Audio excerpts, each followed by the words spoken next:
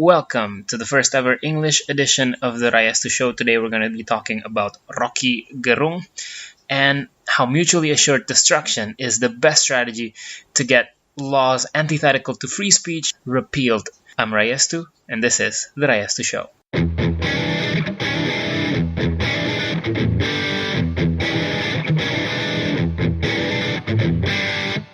Okay, so what's the fuss about this English edition of the Rayestu show? Why am I doing this? Well, of course, I want to get an international audience. I want to let people from all over the world know what's going on in Indonesia.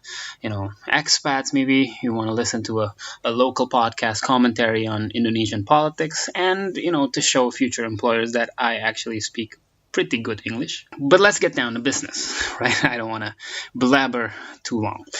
The thing that we're going to discuss in this particular edition of the Rayestu show is the Rocky Gerung case. This has been going on for a week or two, but I find it incredibly interesting. The reason being, it shows that we are all partisan hacks. Rocky Gerung said something that is completely at odds with most of his conservative friends' base.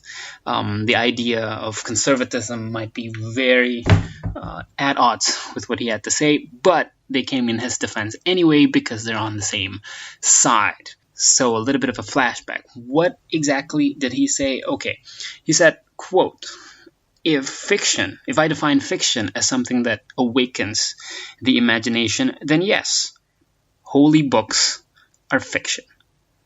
I think he's the only person in Indonesia that can get away with saying that. The people that should be offended by that statement was not offended by that statement. They came in his defense. Yet the people who should be ambivalent towards that kind of statement, the liberals, the people who supported Ahok against his defamation case last year, were flabbergasted. They wanted him in jail for saying essentially the same things as what not really, but essentially similar things to what Ahok went to jail for. So the partisan hackery on both sides here is interesting. So Rocky Gerung is an adversary of the current regime. Okay, so he was against Ahok and he's against Jokowi right now. I'm not sure he's a conservative. I think he was not originally known for conservatism. I mean, he's a philosopher, for crying out loud. Okay, a lot of people seem to be questioning the credibility of the claim that he is a philosopher or that he's a professor in philosophy, but we'll set that aside for now. We're not going to discuss that.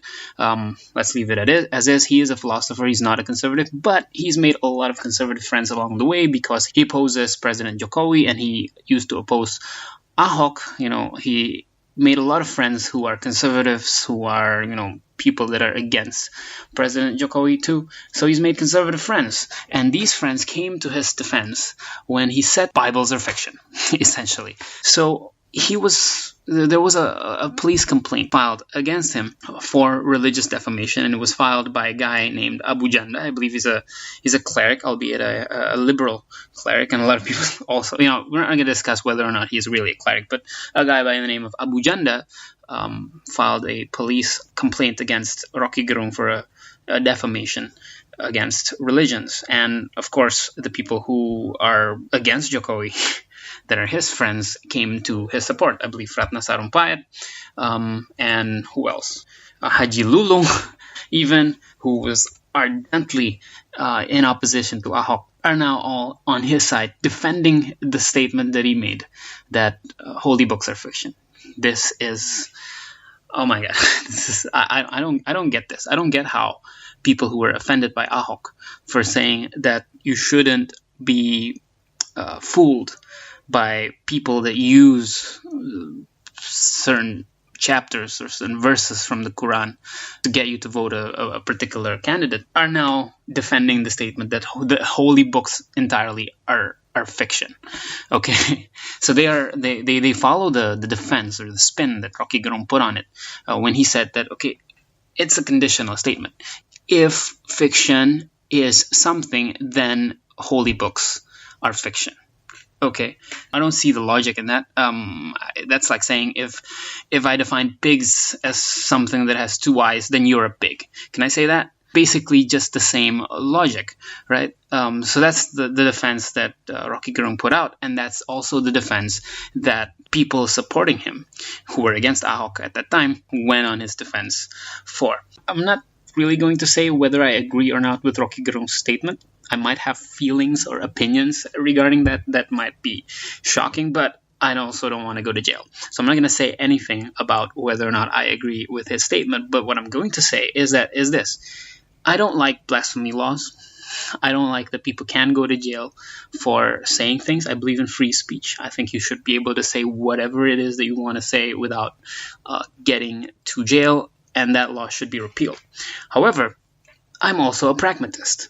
I don't believe that you should stick to your ideological beliefs in order to get things done. Most of the time, you don't get shit done that way. We should totally use blasphemy laws or anti-free speech laws against people who are ardently in favor of such laws in the first place. So a lot of conservatives support blasphemy laws. They supported its use against Ahok, and so we need to use it as much as possible against them. Why?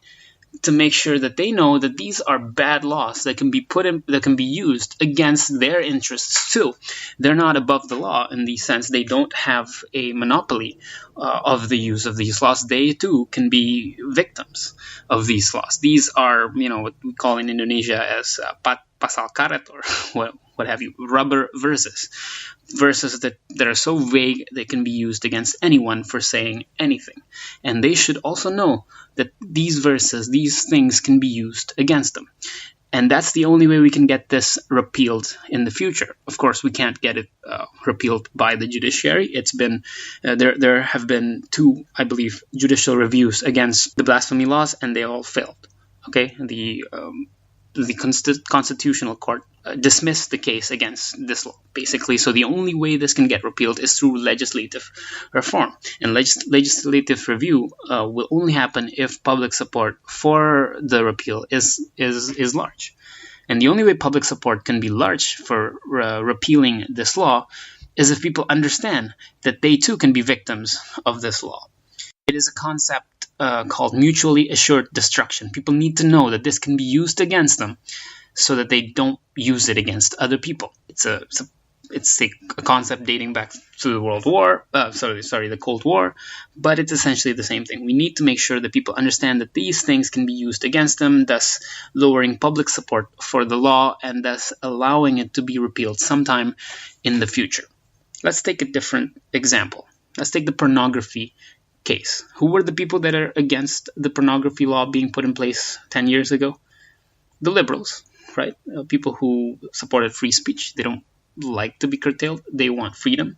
They don't want the government telling them what to wear, what not to wear, what to watch, what not to watch. And who were the ardent supporters of the pornography laws? The conservatives, of course. I think there was a rally by the Islamic Defenders Front in support of the pornography ban. Okay, but the law's been used against them.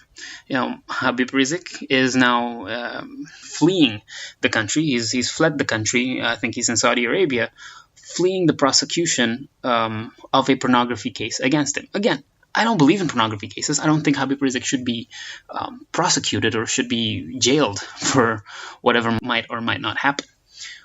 But if you ask any conservative right now, if you ask any people who are sympathetic to Habib Rizik whether or not they support pornography laws, you won't get a straight answer, because now they know that these laws are dangerous. These laws can be used against them, and these laws can be used by tyrannical rulers against them. They might have that opinion right now that the regime in this country is tyrannical and are using such laws against their leaders who might be in opposition to the rogue regime, what have you.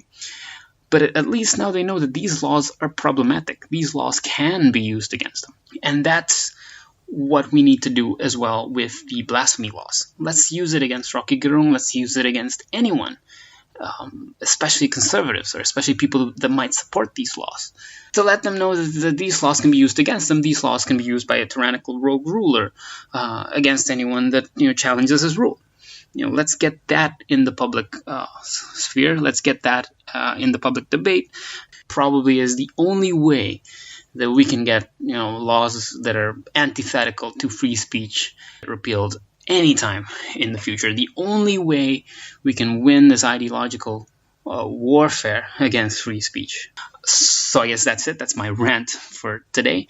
Thanks for tuning in to the first ever English edition of the Rayestu Show. I hope you enjoyed this. Till next time.